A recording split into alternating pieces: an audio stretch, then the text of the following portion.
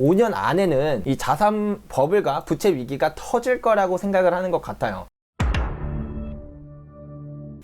안녕하세요, 투스텝의 양벨입니다. 오늘은 세계위기 전망에 대한 이야기를 해드릴 텐데요. 먼저 지난 1월 세계경제 포럼에서는 글로벌 리스크 보고서를 발간했는데요. 오늘은 이 리포트의 내용을 통해서 세계적인 경제 전문가들과 글로벌 리더들은 세상을 어떻게 바라보고 있고 어떤 것을 가장 우려하는지 같이 살펴봅시다. 일단 현재를 바라보는 시각에 대해서 먼저 말씀을 드리면요. 이 리포트의 가장 앞단에서는 현재 세상을 어떻게 전망하는지에 대한 질문이 있었는데요.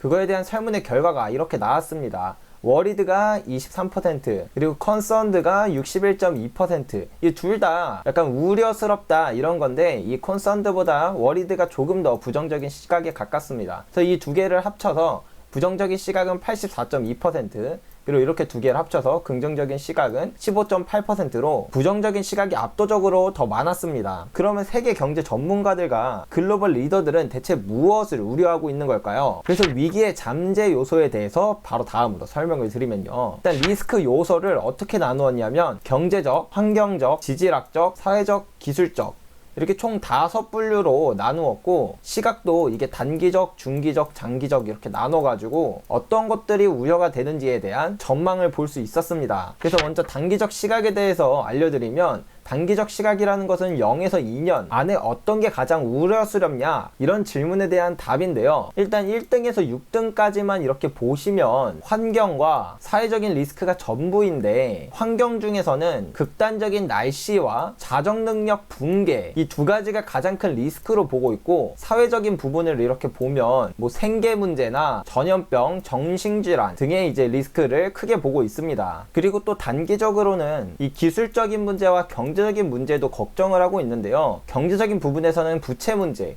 이거는 진짜 저도 엄청 심각하다고 생각해서 아마 다음 영상에서 바로 다루게 될 것 같습니다. 부채 위기로도 이어질 수가 있거든요. 그리고 뭐 자산 버블에 대한 문제, 이 두 가지를 크게 보고 있고, 그리고 뭐 기술적인 부분에서는 이 보안 문제와 그 디지털 불평등, 이런 문제가 우려스럽다고 하네요. 그래서 일단 단기적으로만 보면 기후변화와 생계 문제가 일단 가장 큰 리스크고, 그 다음으로는 이런 경제적인 측면도 리스크로 보고 있는 것 같습니다. 근데 중기적인 시각으로 넘어오면요, 사실 전체적인 맥락은 좀 비슷한데, 이 1등부터 4등은 여전히 환경과 사회 리스크가 가장 큰 문제였고, 이 부채 위기가 5등까지 올라왔습니다. 이거에 대해서도 오늘 살짝만 얘기하겠지만 진짜 좀 심각한 문제라 이거는 다음 영상에서 아무튼 다뤄볼게요. 그리고 이 외에도 이 지질학적인 문제가 추가가 됐는데요. 일단 부채 문제에 대해서 좀 먼저 말씀을 드리면, 미국 정부 부채 비율이 지금 역사상 가장 큰 수치예요. 그래서 이때가 2차 세계대전 때거든요. 2차 세계대전 때보다도 지금 부채 비율이 더 높아서 역사상 최고치를 찍고 있는 이 상황이고, 이게 뭐 미국뿐만 아니라 뭐 일본을 보면 정부 부채 비율이 미국이 아까 한 128% 정도 되거든요. 근데 일본이 232%로 지금 세계 1등을 달리고 있어요. 그리고 뭐 일본, 미국뿐 아니라 전 세계가 지금 부채가 너무나도 많은, 거의 역사상 최고치를 거의 다 갱신한 수준이기 때문에 이 문제가 아주 심각하고, 이 부채 문제가 이제 부채 위기로 이어질 수 있는 때가 다가왔다고 보여집니다. 그리고 이제 자산 버블에 대한 것도 보면, 지금은 뭐 에브리띵 버블이라고, 뭐 옛날에는 뭐 집이 버블이었고 뭐 테크 주식이 버블이었고 하지만, 지금은 뭐 버핏 지수도 역대 최고죠. 뭐 주식 시장만 따져도 뭐 PSR, PBR, 뭐 어떤 지표로 보더라도 사실 거의 다 최고치를 찍고 있고, 채권 금리도 지금 역대 최하인데 제로 금리니까요. 물론 요즘 최근에 좀 금리 인상한다 해서 올라오긴 했는데, 역사적인 데이터로 보면 거의 역대 최하죠. 그리고 뭐 부동산도 뭐 말할 것도 없고요. 이런 자산 버블에 대한 우려도 단기적, 중기적 시각에서 우려스럽다고 말하고 있습니다. 그리고 이제 마지막으로 지정학적 대립에 대해서도 살짝 말씀드리면, 뭐 2018년부터 미중 무역 분쟁 좀 심화됐었죠. 지금은 뭐 그때만큼은 아니긴 하지만,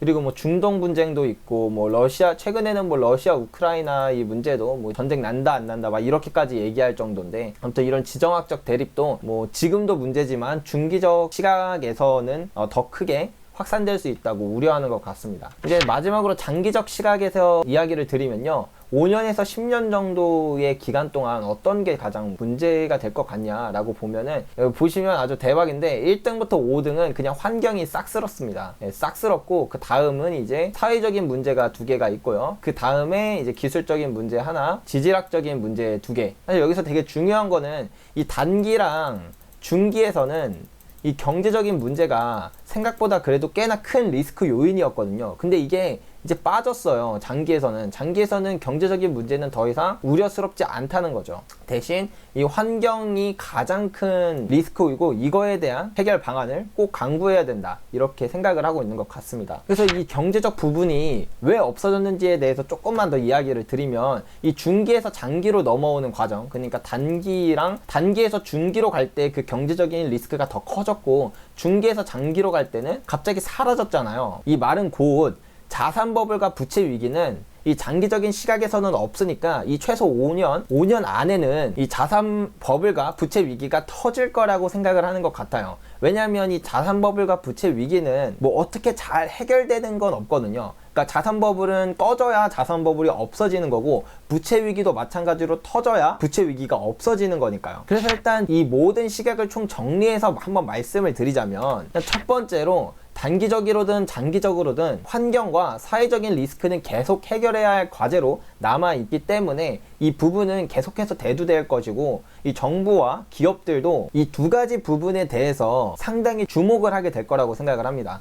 그리고 2번째로 경제적인 부분에서는 앞으로 5년이 가장 위험할 수 있는 시기다 라고 세계적인 경제 전문가들과 글로벌 리더들은 생각을 하고 있는 것 같아요. 물론 경제 전문가들과 글로벌 리더들의 생각을 그대로 100% 믿을 필요는 없지만, 이들이 가장 우려하는 것이 무엇인지를 아는 것만으로도 앞으로 각국의 정부와 기업들은 무엇에 집중을 할 것인지에 대해 이해할 수 있었던 것 같네요. 그래서 오늘의 영상을 일단 여기서 마치도록 하겠고요. 다음 영상에서는 아까 전에 말씀드렸던 그 부채 문제에 대한 좀 더 자세한 이야기를 해드리도록 하겠습니다.